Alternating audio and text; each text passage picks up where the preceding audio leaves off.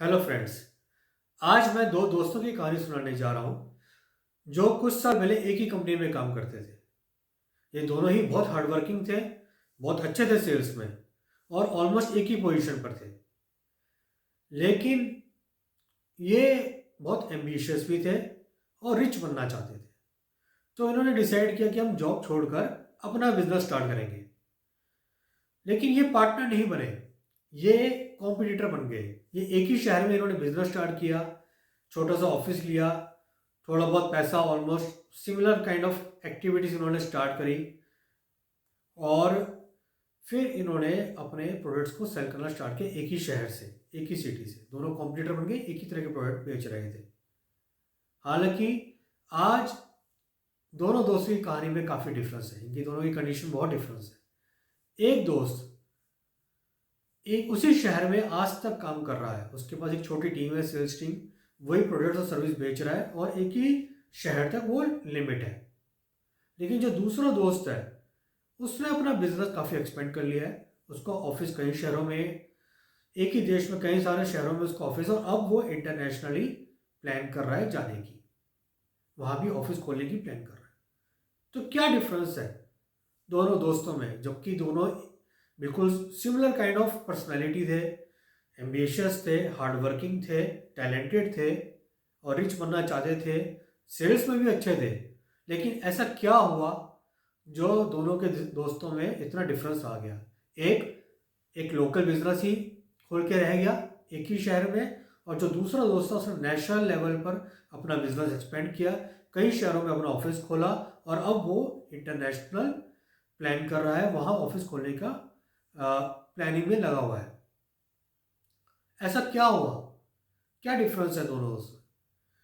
देखिए, दोनों दोस्तों में बहुत सारी सिमिलरिटीज थी, लेकिन एक जो मेजर डिफरेंस था वो था उनकी सोच पर, उनका एटीट्यूड और उनकी जो अप्रोच थी बिजनेस को लेके कैसे ग्रो करें। जो दोस्त जो लोकली रह गया, जो एक ही शहर में जिसका बिजनेस था, वो सेल्स में सीखने में बिलीव नहीं करता था। वो कहता था कि ये ट्रेनिंग व्रेनिंग नाम की कोई चीज़ नहीं होती है, सेल्फ लर्निंग कुछ नहीं होता। सेल्समैन एक बॉर्न सेल्समैन होता है। उसने कभी मतलब आउट ऑफ द वे सीखने की कुछ कोशिश ही नहीं करी, कुछ भी नहीं सीखा, और उसी ने उसी तरह के जो सेल्स टीम है वो हायर करी, उसी तरह के सोच वाले। स्टार्टिंग में उसने बहुत अच्छा किया क्योंकि उसका कॉन्फिडेंस टॉप पे था, बहुत अच्छा कॉन्फिडेंस था उसका, उसको ऑलरेडी उसके पास प्रूवन रिजल्ट्स थे।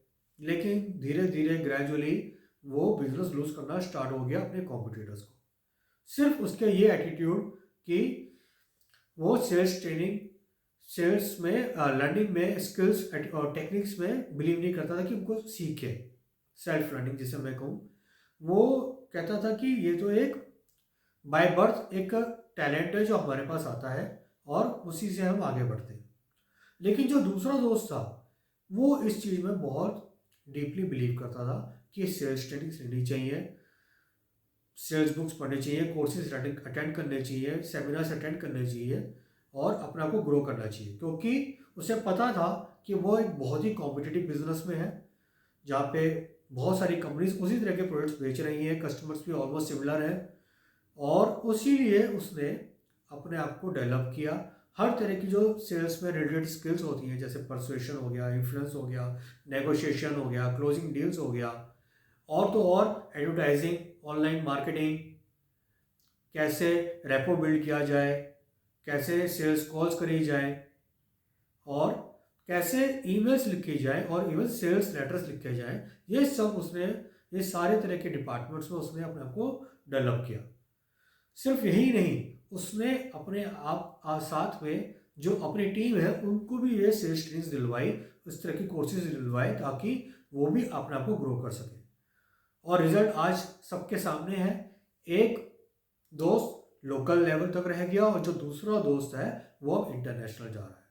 तो देखिए, जो ये दोनों दोस्त थे, इनकी कहानी से जो मैं एक लेसन देना चाहता हूँ ये है कि उनकी लाइफ में जब उन्होंने स्टार्ट किया था अपना करियर, वो बिल्कुल सिमिलर थे, हर तरीके से, हर तरह का सेम इन्वायरमेंट था उनका, उनको हर तरह की सेम सरकमस्टेंस मिले थे। लेकिन कैसे वो कहाँ आज हैं वो डिपेंड करा उनके सोचने पर, उनके एटीट्यूड पर, उनकी जो अप्रोच थी बिजनेस को लेके। तो ट्रेनिंग और सेल्फ लर्निंग एक बहुत बड़ा डिफरेंस था उन दोनों के बीच में। एक नहीं बिलीव करता था और जो दूसरा दोस्त था वो ट्रेनिंग और सेल्फ लर्निंग में बहुत ज़्यादा बिलीव करता था। और रिजल्ट दोनों ने देखा, अपने सामने देखा कि एक कहाँ पर और एक दूसरा कहाँ पर है। तो इसलिए मैं सभी को ये बोलता हूँ कि होता है, बहुत से लोग सोचते हैं कि, स्पेशली मैंने सेल्स में देखा है, जो लोग होते हैं जो स्टार्टिंग करते हैं, वो ये सोचते हैं कि ये एक बाय बर्थ एक टैलेंट आता है, बट ऐसा नहीं है। कुछ लोग सोचते हैं कि हम टॉकेटिव हैं तो हमें सेल्स करनी आती है, बट ऐसा नहीं है। जैसे ही बाकी प्रोफेशन बहुत सीरियस होते हैं जिनमें आपको ट्रेनिंग लेनी पड़ती है, इसी तरीके से सेल्स भी एक बहुत ही सीरियस प्रोफेशन है।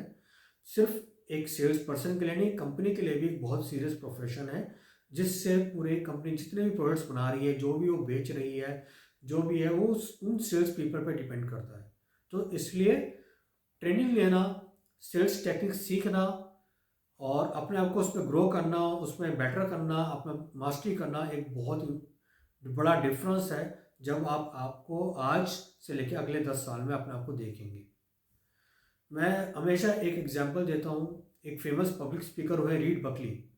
तो उनका एग्जांपल है कि अगर आप नहीं सीख रहे, आप कोई टेक्निक नहीं सीख रहे, आप नहीं ग्रो कर रहे, अपना प्रैक्टिस नहीं कर रहे, इसका मतलब ये नहीं कि दूसरा नहीं कर रहा। वो ट्रेनिंग ले रहा है, वो प्रैक्टिस कर रहा है, वो मास्टरी कर रहा है, और जिस दिन आप उससे मिलोगे तो आप उससे हार जाओगे।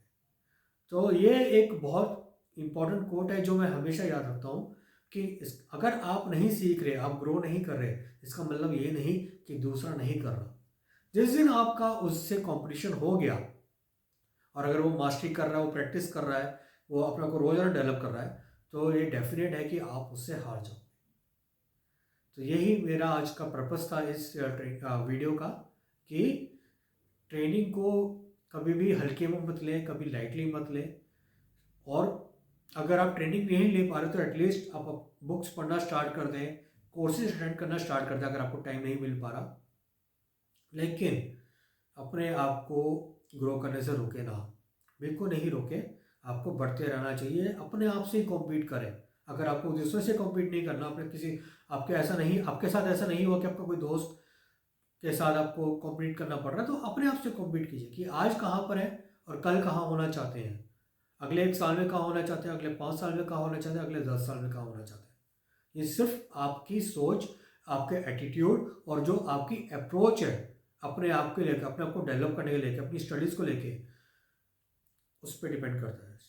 स्टडीज़ का मतलब ये नहीं कि आपने क्या क्वालिफिकेशन ली है। स्टडीज़ का मतलब है कि आप रोज़ क्या सीख रहे हैं, आप रोज़ क्या प्रैक्टिस कर रहे हैं, आप रोज़ कितना ग्रो कर रहे हैं।